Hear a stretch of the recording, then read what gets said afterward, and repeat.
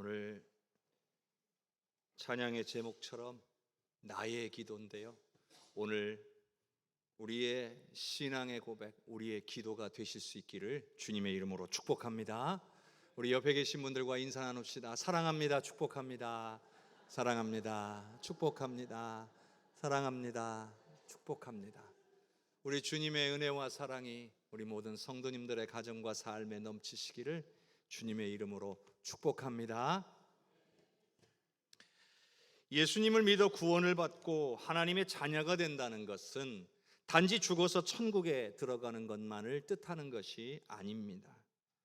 만일 그렇다면 이 땅에 사는 동안에 예수만 믿으면 어떤 일을 해도 상관이 없다, 그런 것이 됩니다. 그러나 예수 믿는 것은 그런 게 아닙니다. 예수님께서 우리를 위해 십자가에 죽으신 것은 온 천하 만민이 구원을 얻도록 하기 위함입니다. 바로 온 천하 만민입니다. 여기 계신 저와 여러분들만을 위한 십자가가 아니라는 거죠. 그래서 예수님께서는 모든 믿는 자들에게, 예수님을 따르는 제자들에게 사명을 주신 겁니다. 하나님을 알지 못하는 사람들, 복음을 들어본 적이 없는 사람들에게 복음을 전하는 사명을 맡기신 겁니다. 오늘 우리는요, 복음의 빚진 자들입니다. 예수 그리스도의 십자가의 은혜로 말미암아 복음의 빚을 진 사람들이, 이 사실을 가장 잘 깨달은 사람 중에 하나가 바로 바울 사도입니다. 로마서 1장 14절과 15절을 같이 한번 읽어보겠습니다. 헬라인이나 야만인이나 지혜 있는 자나 어리석은 자에게 다 내가 빚진 자라.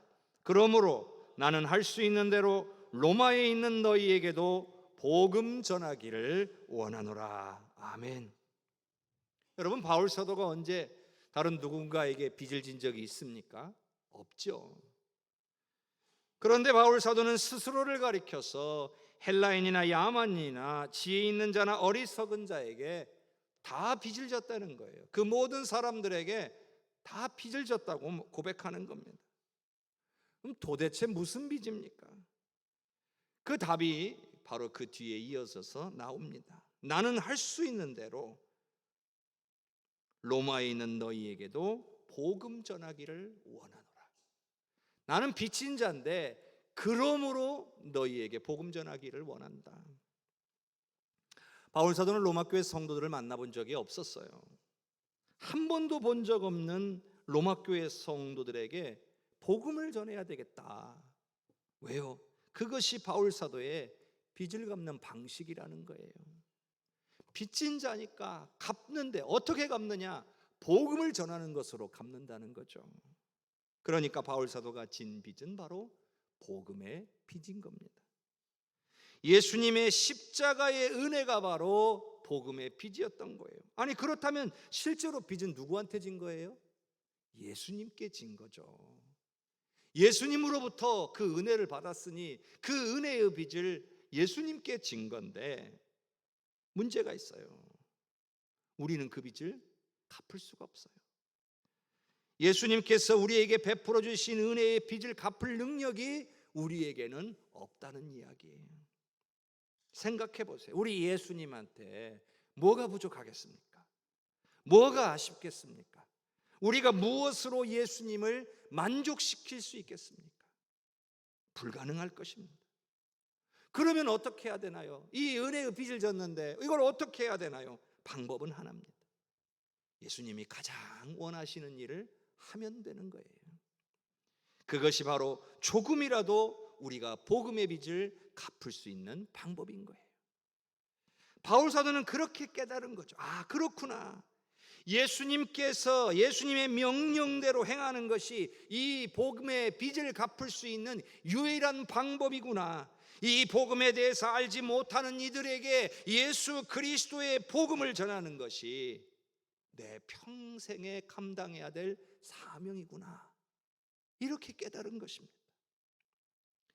그래서 믿지 않는 자들에게, 복음을 들어보지 않는 자들에게 마치 스스로 빚을 지고 있는 자처럼 여기게 된 거예요.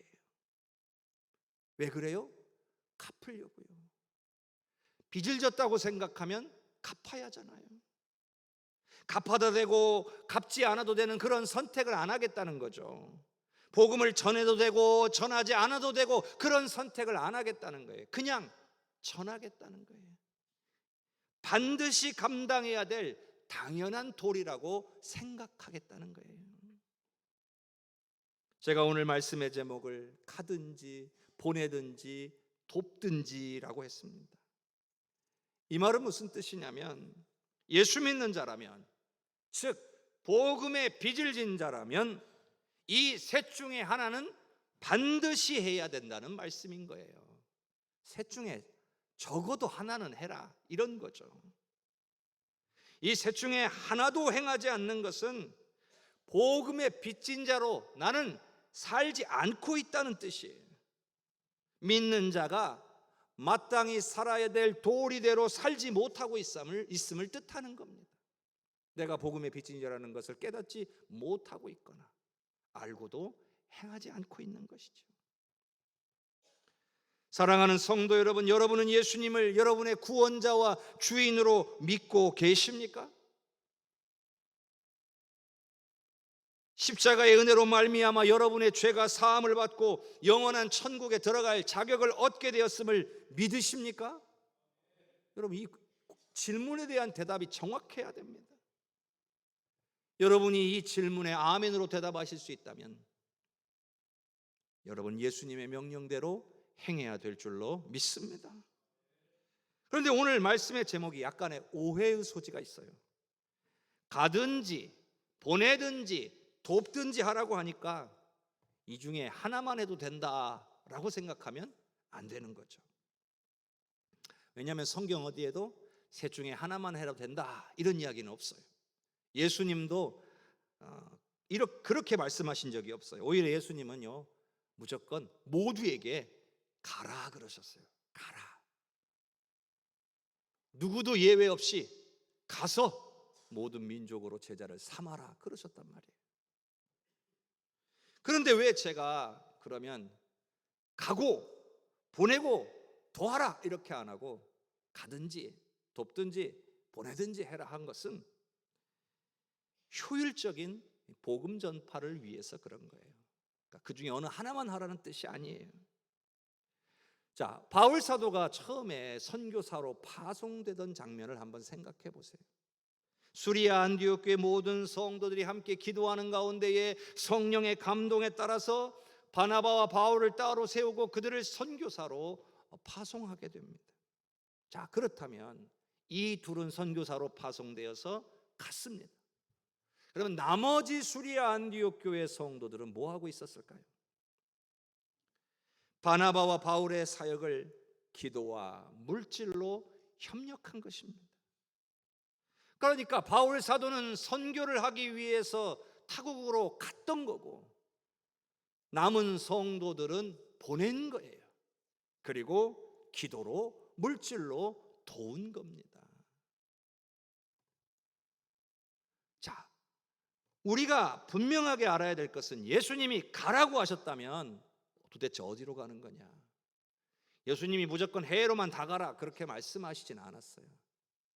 예수님은 예루살렘과 온 유대와 사마리아와 땅끝까지 이르러 내 증인이 되라고 하셨어요.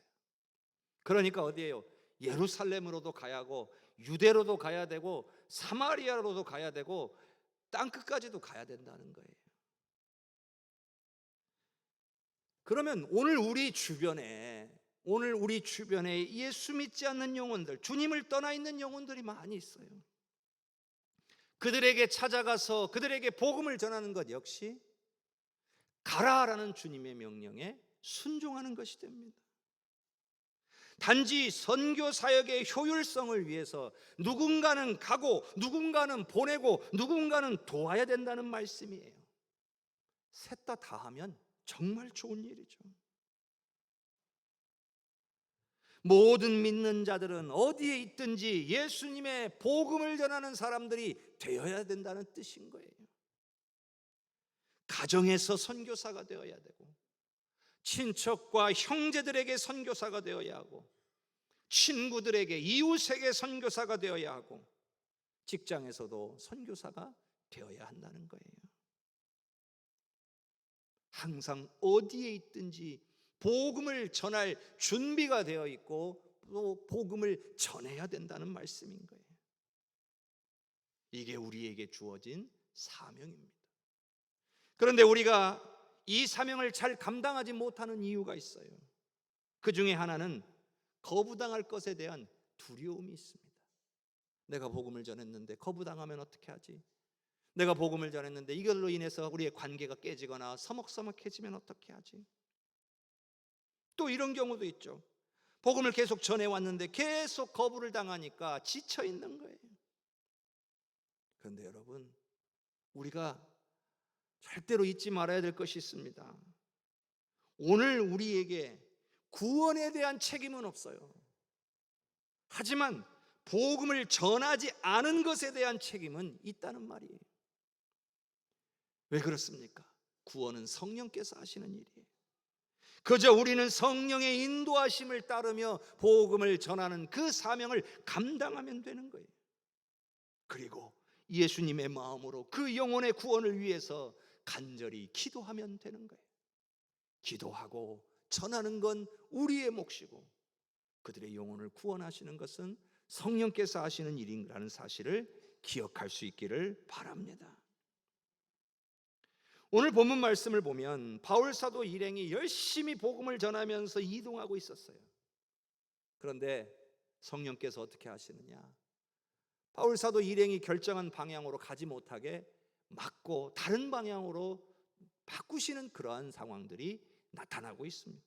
자, 한번 6절에서 8절까지를 한번 같이 읽어봅시다. 성령이 아시아에서 말씀을 전하지 못하게 하시거늘 그들이 부르기아와 갈라디아 땅으로 다녀가 무시아 앞에 이르러 비두니아로 가고자 했으되 예수의 영이 허락하지 아니하시는지라 무시아를 지나 드로아로 내려갔는데. 여러분, 복음의 열매가 맺히는 것은 우리의 열심만으로 되는 것이 아닙니다. 반드시 성령의 이끄심을 따를 때에 맺히게 되는 줄로 믿으시기를 바랍니다. 바울 일행은요, 당시에 어디에 있었냐면 지금으로 말하면 터키의 중부 정도 되는 그 위치에 있는 비시디아 안디옥이라는 성읍에 있었습니다. 그리고 이들의 계획은 거기서 바로 서쪽으로 이동해서 가다 보면 소아시아 지역에 이르게 됩니다. 에베소를 비롯한 나중에 소아시아 7교회가 세워지는 그러한 아주 큰 도시들이 많은 그러한 지역이 바로 소아시아인데 그 소아시아 전도를 위해서 가려고 했습니다. 그런데 성령이 못하게 하셨다는 거예요. 그래서 어떻게 합니까? 성령이 막으시니까 비시디아 안디옥에서 북쪽으로 이동합니다. 그래서 그쪽에 부르기아가 있고 거기서 약간 동쪽으로 이동하면 갈라디아가 있습니다. 그리고 갈라디아로 갔다가 다시 어떻게 해요? 서쪽으로 진행해서 서북쪽에 있는 터키의 서북쪽에 있는 무시아에 도착하게 됩니다. 지금까지 제가 말씀드린 지역들과 도시들은 현재 터키에 해당하는 도시들인데요, 상당히 터키는 넓은 땅이에요. 우리가 이렇게 얘기하니까 잠깐 이렇게 간 것 같지만 정말 수백 킬로를 걸어서 이동했던 거라는 사실을 우리가 기억해야 됩니다. 힘들고 어려운 그 과정을 거치며 그 복음을 들고 계속해서 전진해 나갔던 거예요. 그러다가 무시아에 도착을 했는데, 무시아에 도착하니까 거기서 오른쪽 위로 약간 북쪽으로 올라가면 비두니아 지역으로 갈 수가 있어요. 그래서 바울 사도 일행이 다시 비두니아로 가서 그럼 복음을 전해야 되겠다, 이런 마음을 가졌는데 성령께서 또 막으신 거예요. 그래서 방향을 다시 서쪽으로 틀어서 드로아라라고 하는 서북쪽 항구 도시에 도착하게 됩니다. 바로 거기서 오늘 본문의 내용인 성령께서 환상으로 바울 일행이 가야 할 길을 알게 해주시는 내용이 나옵니다. 자, 9절과 10절을 읽어보겠습니다. 밤에 환상이 바울에게 보이니 마게도냐 사람 하나가 서서 그에게 청하여 이르되 마게도냐로 건너와서 우리를 도우라 하거늘 바울이 그 환상을 보았을 때 우리가 곧 마게도냐로 떠나기를 힘쓰니 이는 하나님이 저 사람들에게 복음을 전하라고 우리를 부르신 줄로 인정함이러라. 아멘. 성령은 바울 사도에게 환상을 보여주셨어요. 마게도냐 한 사람을 보게 해주시고 그 사람이 말하기를 마게도냐로 건너와서 우리를 도우라라고 말한 거예요. 이 환상을 본 순간 바울 사도는 성령이 원하시는 곳, 성령이 복음 전하기를 원하시는 곳이 어딘지를 분명하게 깨달아 알았습니다. 지금 성령께서 급히 부르시는 곳은 어디냐? 아시아를 넘어 유럽으로 건너가서 유럽의 관문이었던 마게도냐 지역을 복음화라는 것이 성령의 계획이었습니다. 하나님의 뜻이었습니다. 그걸 인정한 겁니다. 여러분, 바울 사도는 철저하게 성령에 이끌리는 사람이었어요.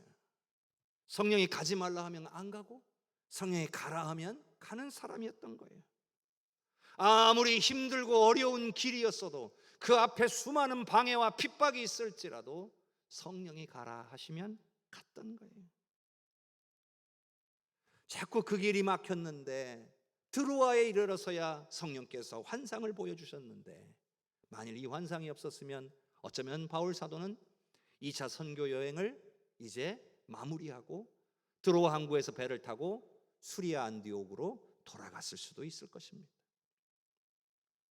그러나 성령께서 그의 길을 가르쳐 주시자 바울 사도는 더 힘있게 복음을 증거하고 마게도냐 지역을 복음화하는 일에 힘쓰고, 돌아오는 길에 또 처음에 가려다가 못 갔던 소아시아 지역의 하나였던 에베소에서도 복음을 전할 기회를 얻게 되는 것이죠.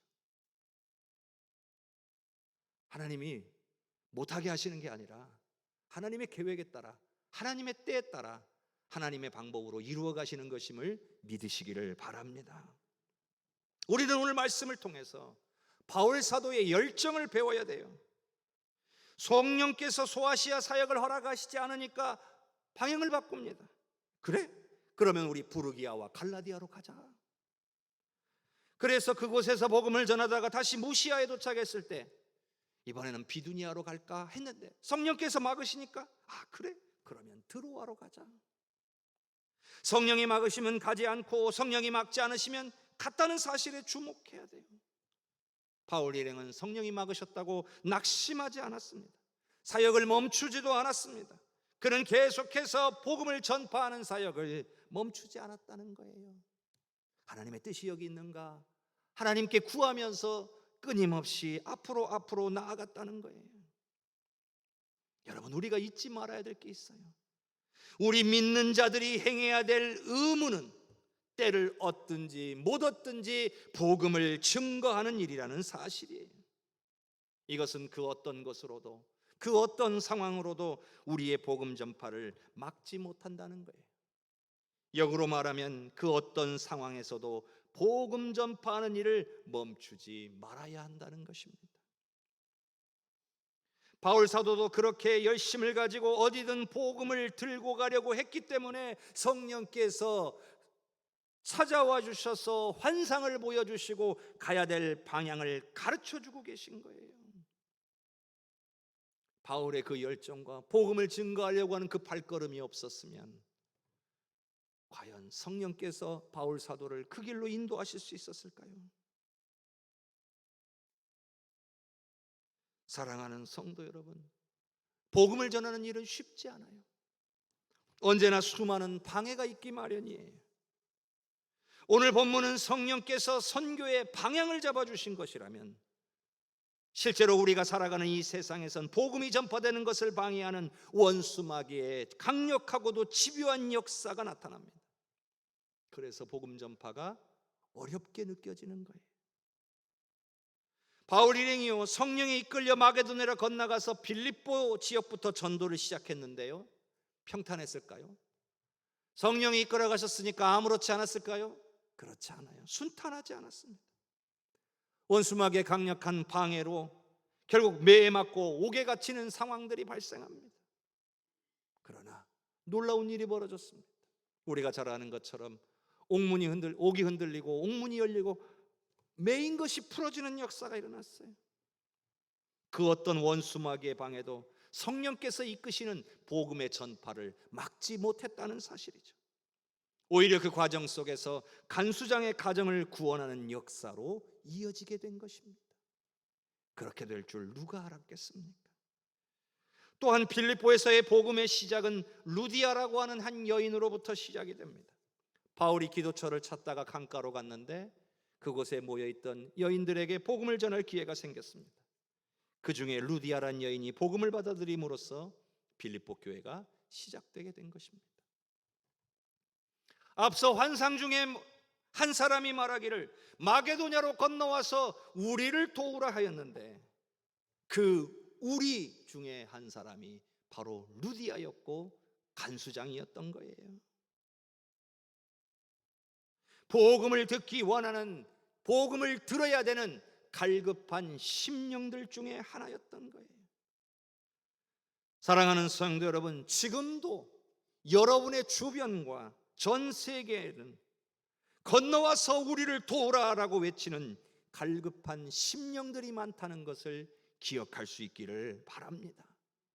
그들이 입을 열어서 나 갈급해요 라고 말하진 않지만 하나님께서는 그들의 심령을 갈급한 심령으로 보고 계시다는 거예요. 반드시 그들에게는 복음이 그들에게 비춰서 그들의 갈급함을 해결해야 한다라고 말씀하고 계시는 거예요. 그렇다면 그 갈급한 심령들을 향해, 지금도 저와 여러분을 부르고 있는 그 심령들을 향해 우리가 가든지 누군가를 보내든지 우리가 돕든지 해야 한다는 거예요. 제가 2주 전에, 그러니까 지지난주에 말씀드린 것이 있죠. 우리가 협력하는 필리핀의 우리 광명숙 선교사님의 사역지인 팔메라 지역, 비민촌 지역이에요. 그 지역의 어려운 아이들을 후원하여서 그들에게 교육의 기회를 제공하고 교회의 강력한 일꾼으로 세우는 일에 함께 하시자고 제가 말씀을 드렸습니다. 오늘 여러분 안에 하나님이 감동하셨으면 순종하시기를 바랍니다. 감동 오시는 분들은 예배 마치고 나가시다가 필경대회에 있는 신청서에 여러분의 이름을 적으시면 돼요. 한 아이를 후원하고 싶으면 한 구자 1이라고 써주시고 두 아이를 후원하고 싶으면 2구자 2라고 쓰시면 돼요. 한 달에 3만 원이면 돼요. 한 아이가 교육의 기회를 얻게 되는 거예요. 혼자서 부담되시면 가정이 하세요. 또 여러 가정이 함께 하셔도 돼요. 구역이 하시면 돼요. 신도회가 하시면 돼요.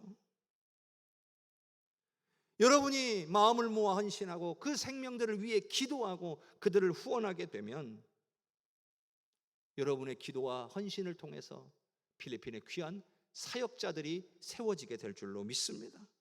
그리고 그렇게 세워진 사역자들을 통하여 필리핀과 열방의 복음화가 이루어지게 될 줄로 믿습니다.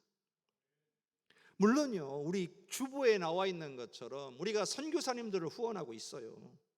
그런데 그 선교사님들을 후원하는 일은 또 선교사님들을 후원하는 그 일대로 해야 됩니다. 그러나 우리가 직접 이렇게 하는 것은 내가 직접 선교할 수 있는 기회를 갖게 되는 길이기도 해요.